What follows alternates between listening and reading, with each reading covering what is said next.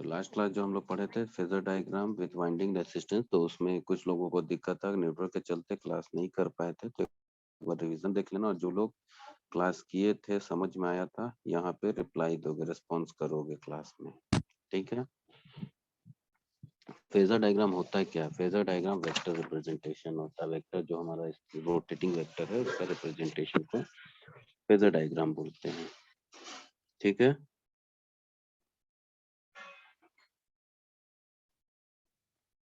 ये हम ट्रांसफार्मर बना रहे हैं।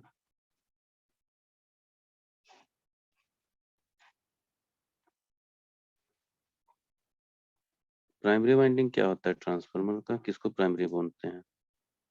जिसमें इनपुट देते हैं sir, AC input supply.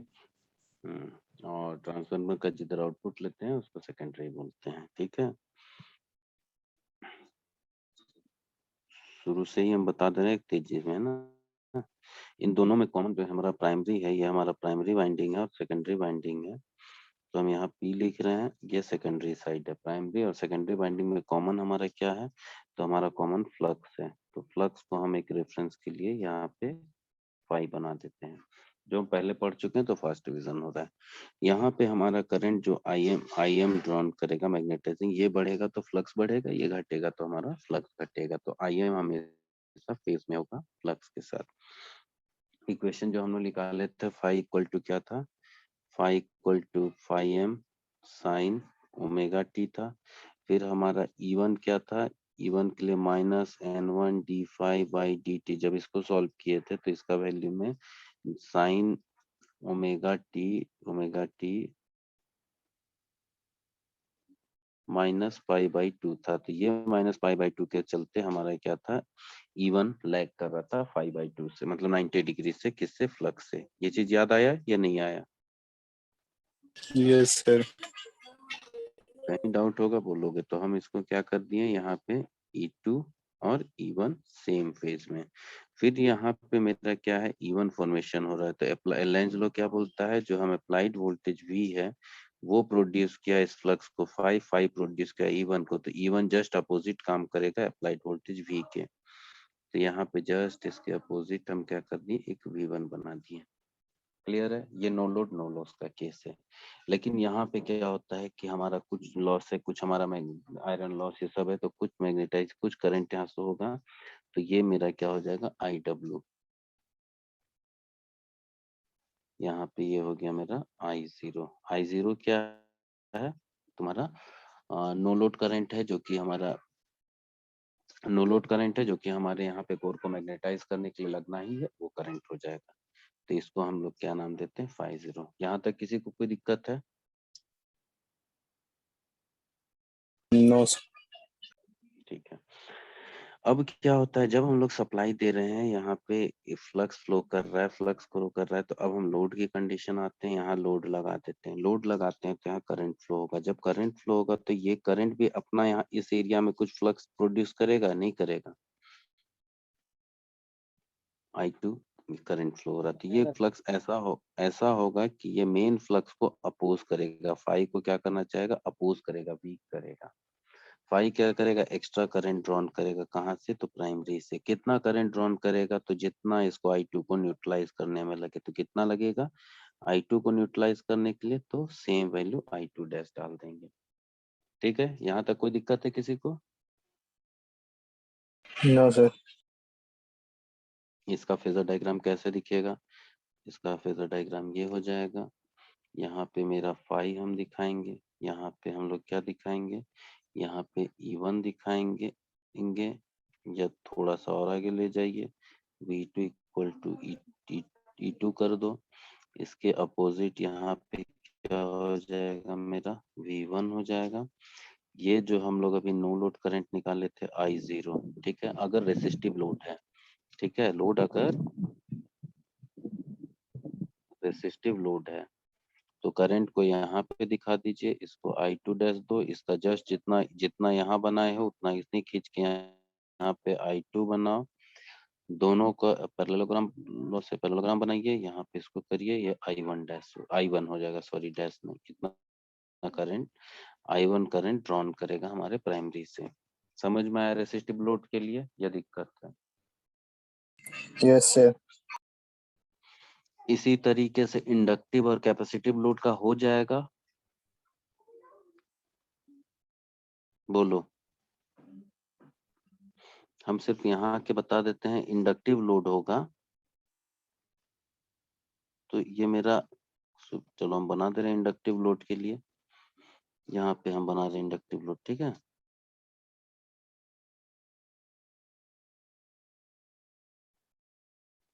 Inductive load मेरा फ्लक्स फाई, ठीक है, V1।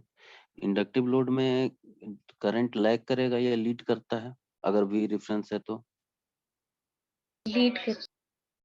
लीड करता है। अगर यहाँ याद रखो ये मेरा वोल्टेज है, इंडक्टिव में क्या करेगा, लैग करेगा करंट, ठीक है। ये इंडक्टिव लोड के लिए। ये कैपेसिटिव लोड के लिए क्या हो जाएगा, V रेफरेंस रहेगा तो करंट लीड करेगा। याद रहेगा, अब इंडक्टिव में हमेशा करंट लीड करता है और कैपेसिटिव में, सॉरी, इंडक्टिव में हमेशा लैग करता है करंट वोल्टेज से और कैपेसिटिव में लीड करता है। तो लीड लैग के लिए क्या बनाएंगे, लैग के लिए हम बताएं हम लोग को एंटी क्लॉकवाइज डायरेक्शन बनाना है। तो एंटी क्लॉकवाइज डायरेक्शन इसको बना दो, इसका नाम I2 डैश दिया या I1 डैश दे दो। अगर I1 से टर्म जनरली बुक में मिलेगा I1 क्योंकि ये I1 का पार्ट है, ठीक है। तो ये मेरा हो जाएगा I2। ये किसके लिए हो गया, इंडक्टिव लोड के लिए I1। इतना समझ में आया। Yes, sir. कैपेसिटिव का देखना कैसे बनेगा, ठीक है। अब हम लोग का इसमें ये तो हो गया मेरा किस कंडीशन में, लोड के कंडीशन में। यहाँ पे हम लोग क्या मान के चल रहे हैं कि यहाँ पे रेजिस्टेंस नहीं है, रेजिस्टेंस का वैल्यू 0 है, यही मान के चल रहे हैं ना। लेकिन क्या रेजिस्टेंस होता है या नहीं होता है हमारे वाइंडिंग में? अभी तक में हम लोग 0 रेजिस्टेंस मान के चले थे ना। हाँ। कहीं पे भी रेजिस्टेंस पे वोल्टेज ड्रॉप दिखा रहे, कहीं पे भी इसमें कहीं वोल्टेज ड्रॉप दिखाए रेजिस्टेंस का अभी तक? नहीं। नहीं दिखाए। तो लेकिन रेजिस्टेंस में क्या है वहाँ पे, सॉरी वाइंडिंग है तो उसमें रेजिस्टेंस होगा। रेजिस्टेंस में क्या होगा, रेजिस्टेंस का में वोल्टेज का ड्रॉप होता है। फिर वहाँ पर रिएक्टेंस, मतलब इंडक्टर है तो रिएक्टेंस भी आएगा। तो हम लोग पहले देखते हैं इंडक्टर तुम्हारा रेजिस्टिव ड्रॉप में क्या होता है, इसके बाद हम लोग देखेंगे कि उसमें विथ लीकेज रिएक्टेंस से क्या होता है, ठीक है। तो हम यहाँ छोटा छोटा थोड़ा बनाते हैं जिससे वो कोशिश करते हैं कि तीनों हमारे एक ही में आ जाए, ठीक है। इसमें कहीं कोई दिक्कत है अभी तक में तो ये बोल दो पहले। No, sir. नहीं, चलो बहुत बढ़िया है। हम पहले रजिस्टिव का बना रहे हैं, ठीक है।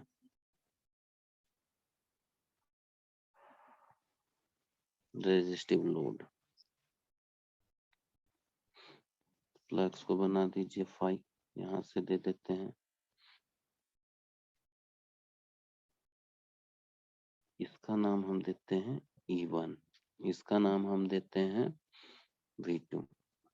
लास्ट क्लास में भी हम एक चीज बताए थे, यहाँ पे आ जाइए। यहाँ इस फिगर को अगर हम बात करते हैं यहाँ पे, तो इसमें सबसे बड़ा क्या होगा, इस चीज को अगर हम एक सेकंड, हम जो बात कर रहे हैं, जो हम कलर कर रहे हैं, ये सिर्फ इस पोर्शन को देखना है अभी, ठीक है, जिस पोर्शन को हम राउंड किए हैं। इसमें क्या है, सबसे पहले हम अप्लाइड दिए ना V1 दिए, तो यहाँ से कुछ जो वाइंडिंग में रेजिस्टेंस होगा, क्या लॉस होगा, तो यहाँ IMR1 माइनस IMR1, ठीक है। R1 रेजिस्टेंस है और इक्वल टू क्या होगा, E1 होगा, क्योंकि इसके बाद जो मतलब लॉसेस के बाद बचा हुआ E1 बनेगा, ठीक है। लेकिन यहाँ IM ने करंट क्या ड्रॉन करेंगे हम, यहाँ I1 R1 करंट, क्योंकि यहाँ पूरा जो लोड में है, तो लोड में कितना करंट यहाँ पे हमारा ड्रॉन किया, देखो करंट कितना ड्रॉन किया, तो I1 करंट ड्रॉन किया है। तो यहाँ पे वैल्यू क्या हो जाएगा, V1 से माइनस करेंगे I1 R1 equal to E1। तो यही चीज हमको रिलेशन में दिखाना होगा फेजर डायग्राम। इसको हम लोग ऐसे लिख सकते हैं, E1 प्लस I1 R1। कोई दिक्कत है दोनों इक्वेशन में? दोनों इक्वेशन सेम है या अलग है? सेम है sir. Same as sir. Same है। तो मेरे फेजर डायग्राम में ये इक्वेशन दिखना चाहिए या नहीं दिखना चाहिए फेजर डायग्राम में? दिखना चाहिए सर। दिखना चाहिए, तभी हम सेटिस्फाई कर रहे हैं कि तो चला जाओ इसमें रजिस्टिव ड्रॉप में। अब देखो यहाँ E1 है, E1 के साथ क्या करना है, पहले हम सभी कुछ बना लेते हैं। ये मेरा क्या बन गया, I0, यहाँ हम दे देते हैं I2 डैश, बुक में I1 डैश मिलेगा, इसको I1। तो जो मेरा वोल्टेज रेजिस्टिव ड्रॉप है उसका एक पार्ट, उसका फॉर्मूला क्या हो रहा है, I1 R1 है, ये मेरा क्या है, ड्रॉप है। कौन सा ड्रॉप है, तो वोल्टेज ड्रॉप है। हो रहा है ना, इतना ही ड्रॉप है यहाँ पे, ये वोल्टेज ड्रॉप हो रहा है। तो अब हमको Yes. अगर, लेकिन कहाँ से हो रहा है, कहाँ से हो रहा है, मेरा इक्वेशन क्या था, V1 equal to E1 plus I1 R1, मतलब E1 के साथ हमको दिखाना है I1 R1 ड्रॉप को दिखाना होगा, तभी ना हम वोल्टेज ड्रॉप बना पाएंगे। तो हम लोग क्या करेंगे कि देखो I1 जिस डायरेक्शन में है उसी के पैरेलल एक लाइन ऐसे खींचेंगे, इसको हम देंगे I1 R1 ड्रॉप। कोई दिक्कत है यहाँ,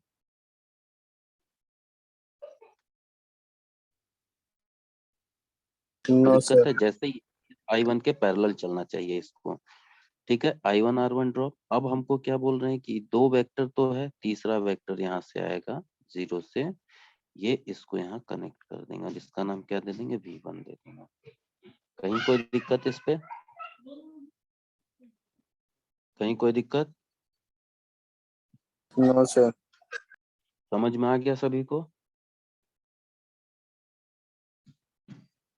Yes, sir. अब सर आ जो जाइए।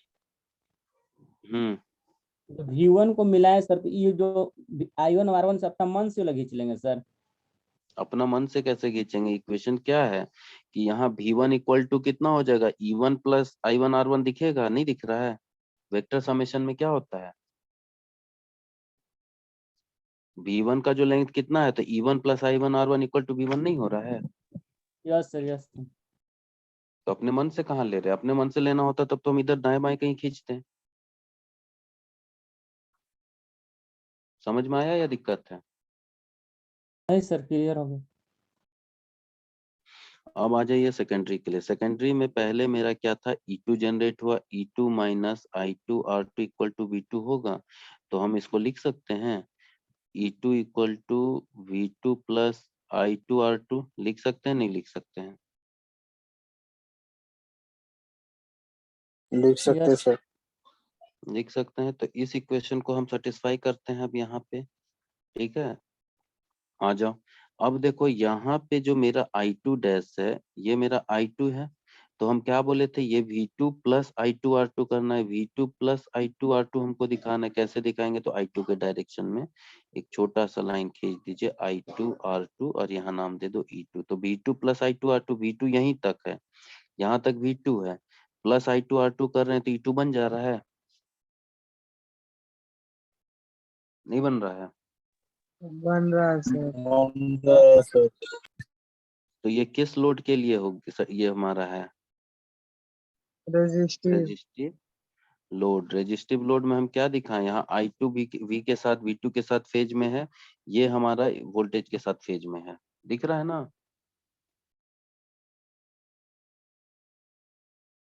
अब आ जाइए, इसके बाद हमारा क्या होगा, हम एक इंडक्टिव लोड समझा देते हैं, कैपेसिटिव लोड। उसके बाद थोड़ा अगर देखना समझ में नहीं आएगा तो फिर हमको बोलना, बताएंगे।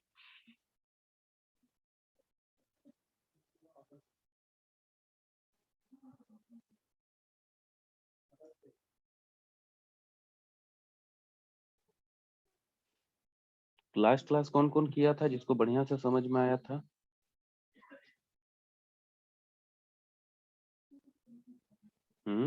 हम किए थे, तो चलो बताना यहाँ कैसे क्या है, अगर गलत होगा तो ठीक है।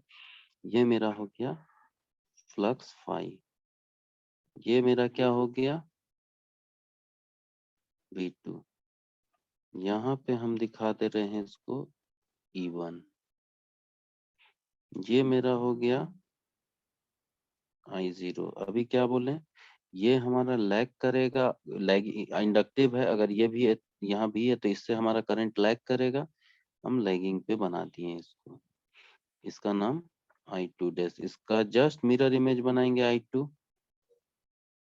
देखो यहाँ V2 से I2 लैग कर रहा है, क्लॉकवाइज डायरेक्शन है, क्लॉकवाइज ने बोले थे लैग करेगा, तो लैग कर रहा है। इसका नाम क्या देंगे, phi 0।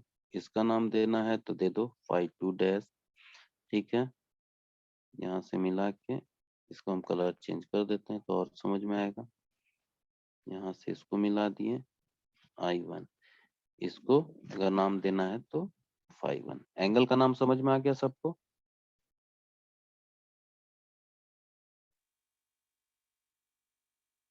दिक्कत है एंगल के नाम में?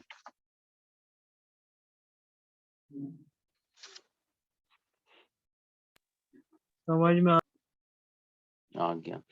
अब हमको क्या दिखाना है, E1 I1 यहाँ दिखाना है, तो हम क्या करेंगे, इसके पैरेलल I1 के पैरेलल एकदम सीधा एक लाइन ऐसे खींचेंगे, ये हो जाएगा I1 R1 ड्रॉप। अब इससे यहाँ से B1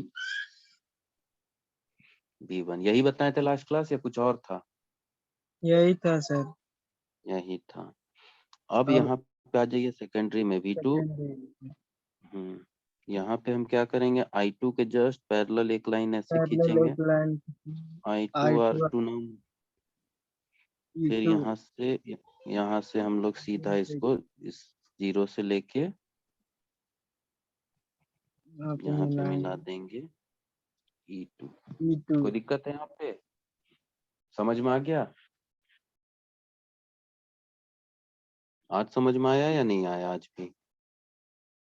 यस सर। सभी को बन जाएगा फेजर डायग्राम बिना देखे?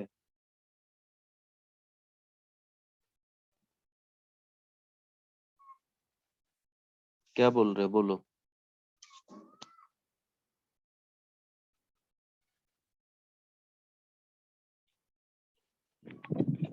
फेजर डायग्राम अब बन जाएगा तो कैपेसिटिव का प्रैक्टिस करोगे,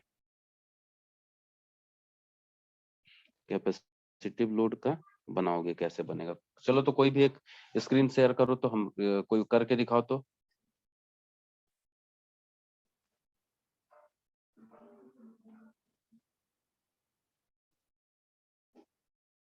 करके दिखाओ तो कोई भी स्क्रीन शेयर कैसे बनेगा, कोई भी एक मोबाइल में अपने चला के ट्राई करो कैपेसिटिव का।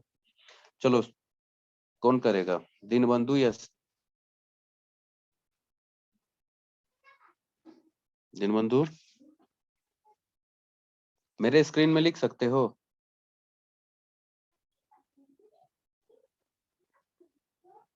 ये हम व्हाइट स्क्रीन दिए, इसमें लिख सकते हो?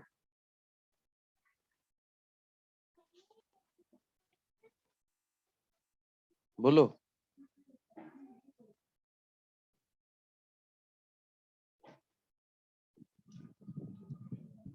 सीखा?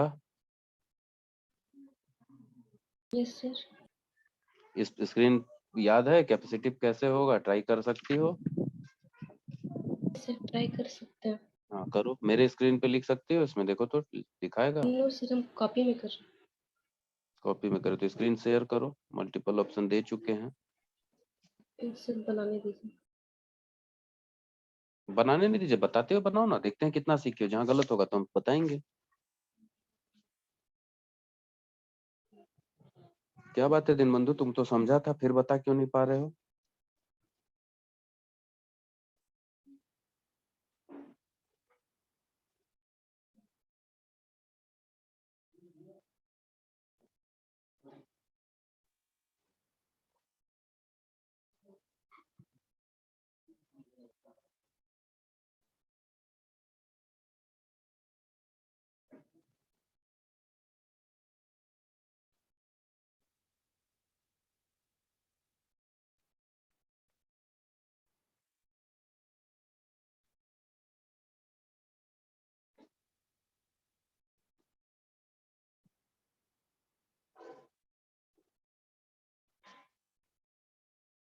Sir equation V1 is equal to I1 और plus E1 plus I1 R1 लेंगे। V1 equal to E1 plus I1 R1, I1 R1। रटने का जरूरत नहीं है। देखो सिंपल सा है कि जो प्राइमरी वाइंडिंग है, एक बार समझ लो, ये प्राइमरी वाइंडिंग है, यहाँ E1 जनरेट हो रहा है, हम यहाँ V1 दिए, तो बड़ा कौन होगा? E1 बड़ा होगा या V1 बड़ा होगा? पहले V1 जनरेट कर I2 को, तो बड़ा कौन होगा? V1। V1 बड़ा होगा। तो V1 अगर पहले हम दे रहे तो V1 minus I1 R1 equal to E1 होगा। तो अब हम लोग क्या करेंगे? V1 equal to E1 plus I1 R1 लिख दिए हैं। अब इक्वेशन समझ में आ गया या दिक्कत है? Yes sir. हम्म।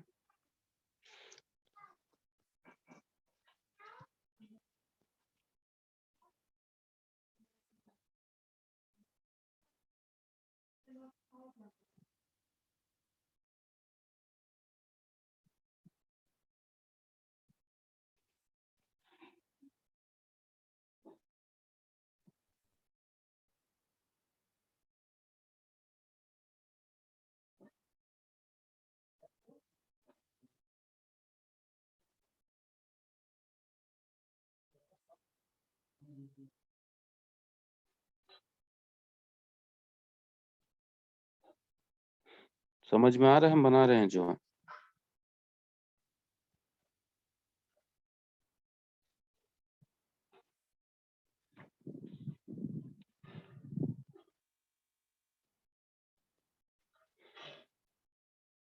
यही बनेगा या नहीं बनेगा कैपेसिटिव लोड का? थोड़ा स्केल से बनाना होगा, सीधा सीधा लाइन।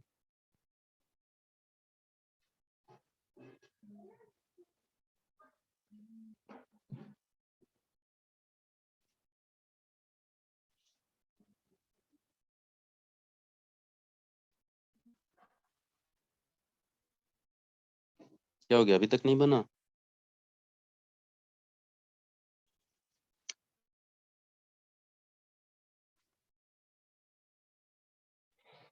चलो ठीक है, नहीं बना।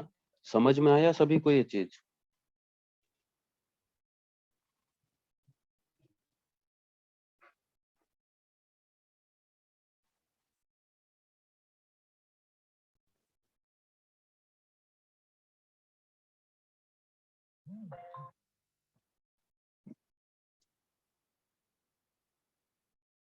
क्या बोल रहे हो?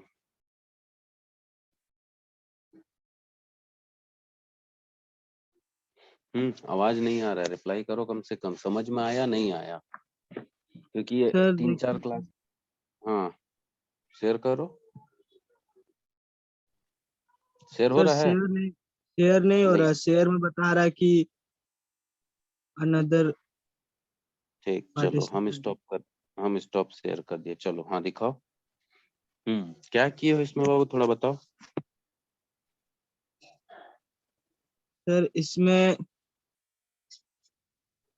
सब पहले तो I0 ये हम्म फेज बनाएंगे यहाँ ठीक ठीक, हम पाई। समझ में आ गया। इसमें ना थोड़ा सा ऐसा बनाना होगा कि जो तुम्हारा I1 है ना, E1 से लैग करते हुए दिखा रहा है, तो I1 को भी E1 के लेफ्ट साइड में लाने का कोशिश करना। ठीक है?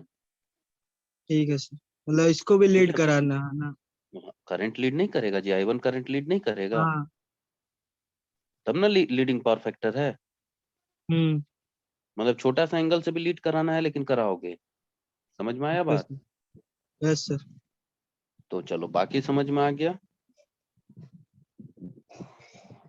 इसके बाद और किसी का बन पाया?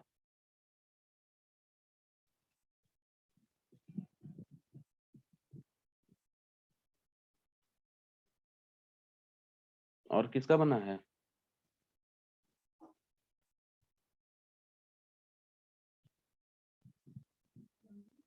किसी का नहीं। चलो ठीक है, इसको प्रैक्टिस करके रखना। और एक चीज हम इसमें बता रहे हैं, जैसे अभी एक्चुअल ट्रांसफार्मर का तो हम लोग नहीं बना पाए हैं ना।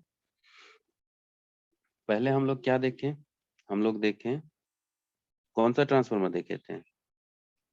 आइडियल। आइडियल ट्रांसफार्मर का देखें। इसके बाद हम लोग क्या देखें? आइडियल ट्रांसफार्मर के बाद लोड विथ लोड। इसके आइडियल के बाद नो लोड आया। इसके बाद आया विथ लोड। लेकिन यहाँ पे हम लोग क्या नहीं लिए थे? रेजिस्टेंस रेजिस्टेंस नहीं को मिला। 0 मान के चलें।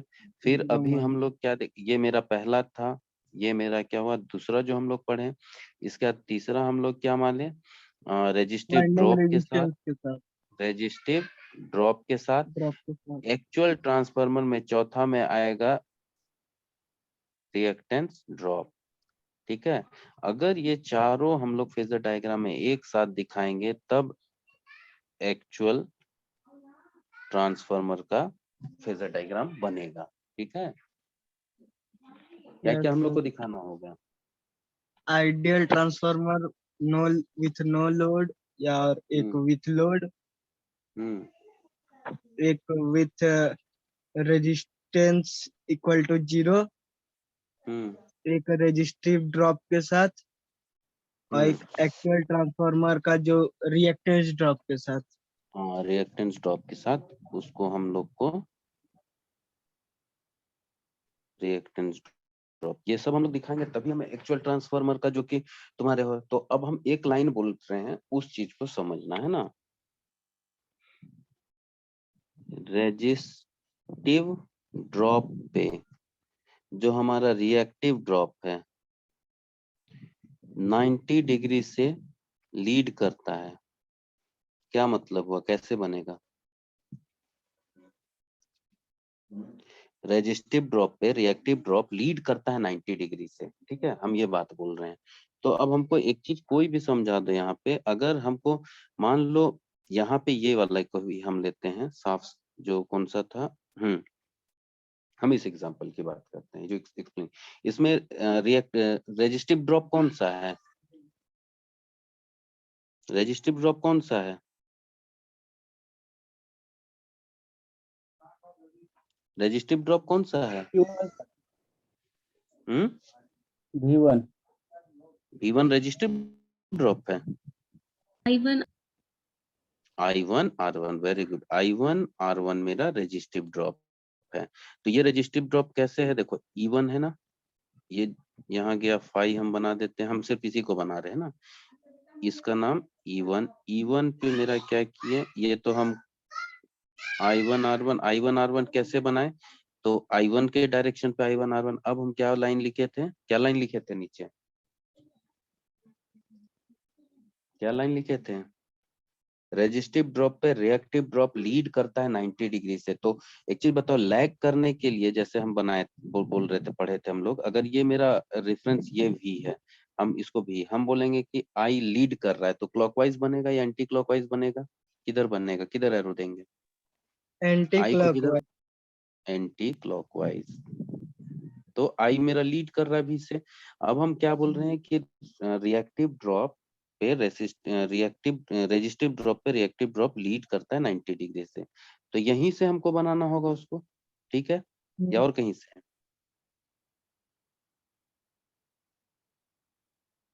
यहीं से बनाएंगे ना। तो यहाँ से 90 डिग्री किधर बनाएंगे, तो मतलब अगर रेफरेंस क्लॉकवाइज आएगा इधर आएगा, एंटी क्लॉकवाइज इधर आएगा, तो हम क्या करेंगे, एक लाइन 90 डिग्री बना देंगे। इसको हम लोग क्या लिखेंगे, I1 X1। और इसके बाद जो V1 को मिलाना है, V1 को हम यहाँ से उठा के इसको डालेंगे ऐसे, ये होगा V1। तो ये प्राइमरी साइड का एक्चुअल ट्रांसफार्मर का फेजर डायग्राम बनेगा। ये चीज समझ में आया? I1 X1 कैसे जोड़ना है समझ में आया सभी को? Yes sir. तो क्या ट्रांसफार्मर का, एक्चुअल ट्रांसफार्मर का, अब तुम इन तीनों डायग्राम में हम जैसे यहाँ रेजिस्टिव इंडक्टिव बनाए, ठीक है, यहाँ V1 ये हट जाएगा, यहाँ पे इस पे क्या करेंगे, ऐसे करके हम 90 डिग्री बनाएंगे स्केल से और इसको उठा के मिलाएंगे, ये एक्चुअल ट्रांसफार्मर इसमें भी बनेगा, इंडक्टिव में और कैपेसिटिव में, और ये दोनों साइड बनेगा, इस साइड भी बनेगा, सेकेंडरी और प्राइमरी दोनों साइड। तो इसको एक बार कोशिश करना, ठीक है, अगर बन गया कॉपी में सभी कोई बना के BL थरेजा का मदद लेके, और जो बन पाएगा बताना, और नहीं बन पाएगा तो फिर हम लोग इसको नेक्स्ट क्लास में देखेंगे, ठीक है, कोई दिक्कत? No sir. समझ में आ गया ये बढ़िया से? आज फेजर डायग्राम को खत्म किया जाए ना आज के क्लास में, या और इसमें क्लास चाहिए? नहीं सर, ये समझ में आ गया। तो समझ में आ गया तो फेजर डायग्राम बहुत आसानी से समझ में आता है और बहुत आसानी से भूलते हो। अभी आधा घंटा बैठ के कम से कम इसको फिनिश कर लो कि फेजर डायग्राम हम लोग इनको कैसे करते हैं। नो लोड का क्या है, फिर तुम्हारा आइडियल का क्या था, आइडियल के बाद हमारा कोई भी आइडियल कंडीशन होता नहीं है, उसके बाद हम लोग क्या लाए, नो लोड का लाए थे, नो लोड में हम I0 को इंट्रोड्यूस किए, उसके बाद ऑन लोड लाए, ऑन लोड में हम I2 को इंट्रोड्यूस किए, I2 के बाद फिर क्या हुआ, हमारा रेजिस्टिव ड्रॉप आया, रेजिस्टिव ड्रॉप के बाद रिएक्टिव ड्रॉप आया, तो इंडक्टिव ड्रॉप जिसको बोल रहे हैं, तो वो सभी चीज को हम लोग लेके एक्चुअल ट्रांसफार्मर का जब बनाएंगे तो उसको साफ साफ और पेंसिल से बनाना, ठीक है।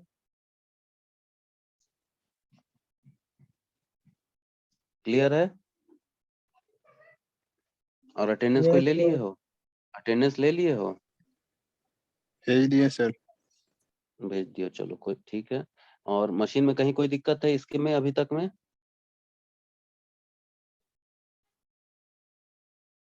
नहीं सर।